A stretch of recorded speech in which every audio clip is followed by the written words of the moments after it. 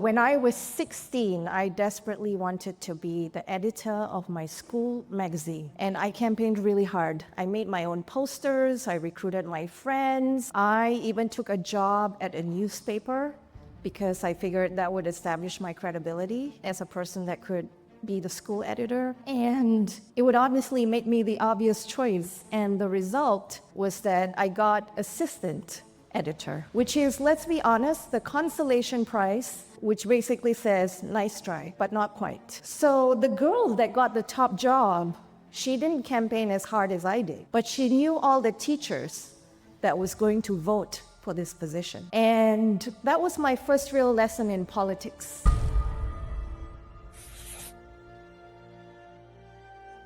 So the next year, I played the game differently. I figured out who were the teachers that were going to make these decisions. I quietly showed them my work, my writings. I made things easier for them, volunteered for projects that they were in, and made myself useful in quiet ways. So guess what? I got the editor job. And guess who I chose as assistant editor? My best friend. Because if I was going to be political, I was going to be loyal as well. And so that experience taught me something, which I've seen play out again and again in boardrooms. The person with the best resume doesn't always get the role, it's the best relationships. And so it's not always fair, but it's real. That's one of the biggest lessons I've had over 31 years, and it's something that I want to talk to you about today, so I hope you take away something, and at the very least know that power and politics is not toxic, and it's not a bad word, and I'm going to teach you how to play a game on just a few things that I learned in corporate. We talk a lot about merit. We talk about fairness, especially in this country, about processes, but if we are truly honest, a lot of decisions, especially the important ones, they get made in a pre-meeting before the meeting. And so they aren't made in the room. What happens in the room in the meetings is where decisions are ratified. It's just confirming what decisions were already made. And these decisions happens over WhatsApp, over a glass of whiskey, over that golf game, right? It's the casual hallway conversations, the water cooler talks, that isn't on the calendar. That's why the best ideas don't always win. And it's why some people are always in the loop and some are not. And if you find yourself walking into a meeting and going, sounds like decisions are already made, you are probably right. And that's not dysfunction, it's just politics. And some people avoid politics because you think it makes you principled. But what it does is that it makes you powerless. And so most people think politics is toxic, right? It's gossip, it's favoritism, it's backstabbing. But what I've learned about politics in the workplace is that it is the invisible operating system that runs every single organization, no matter its size. And it's actually about how things get done, through whom and why. So if you understand workplace politics, you're going to know a few things. You'll understand that it's not manipulation. It's about being smart, about power. And if you're not part of that dynamic, your voice is late and your seat is conditional. So in my opinion, politics isn't optional, but it is very navigable. And what I'm going to show you is some stories about who influences leadership behind the room, whose opinion might quietly carry weight, and who gets heard even before the meeting starts. So here's my definition of workplace politics. It's the unwritten rules of how to get what done through whom. It's as simple as that. How to get what done through whom, and it's unwritten rules.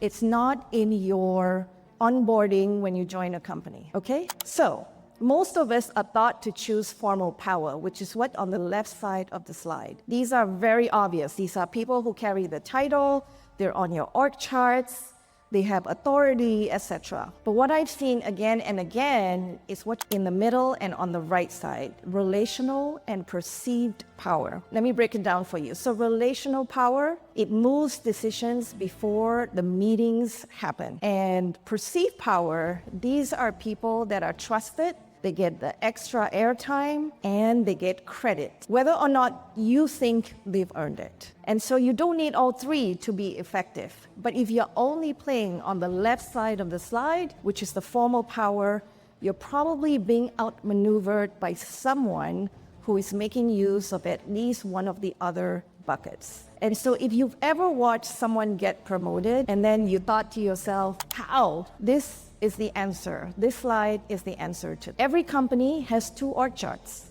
The official one that you find on the internet.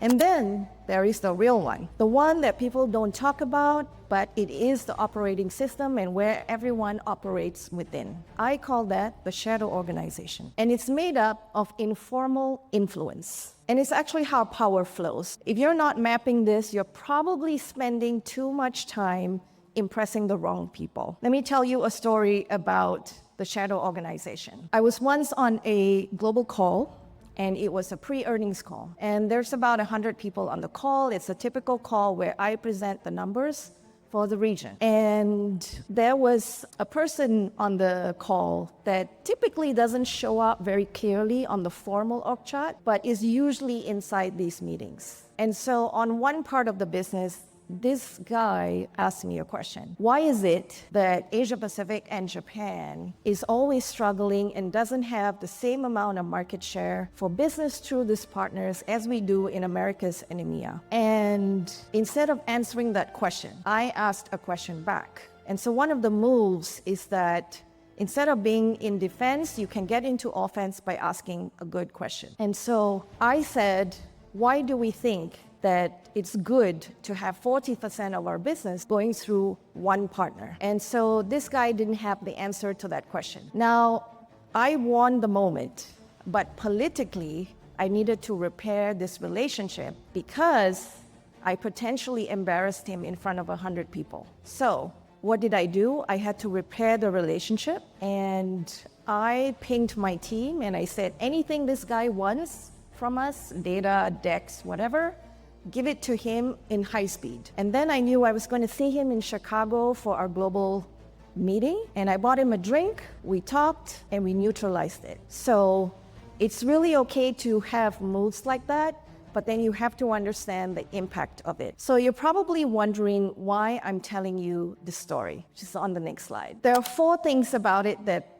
illustrates the shadow organization. Firstly, this is not a person that shows up in my direct flow of power, but this person, although doesn't control resources, is someone that people with resources listen to. And so resources are budgets, people, etc. And so this person is more junior than me, but it's a person that sits in the shadow organization. The second thing is that while I won the moment, I needed to repair the relationship. So I had to find a way to protect the relationship because this is an important person. And so power flows move in very different ways. And it's so important that we pay attention to it so you can win the moment. But I always say protect the relationship and play the long game, because you don't want to just go around pissing people off unnecessarily. And so what you see here are the 4 things that illustrates the shadow organization. And I hope maybe it triggers a story for you. Now, when it comes to politics,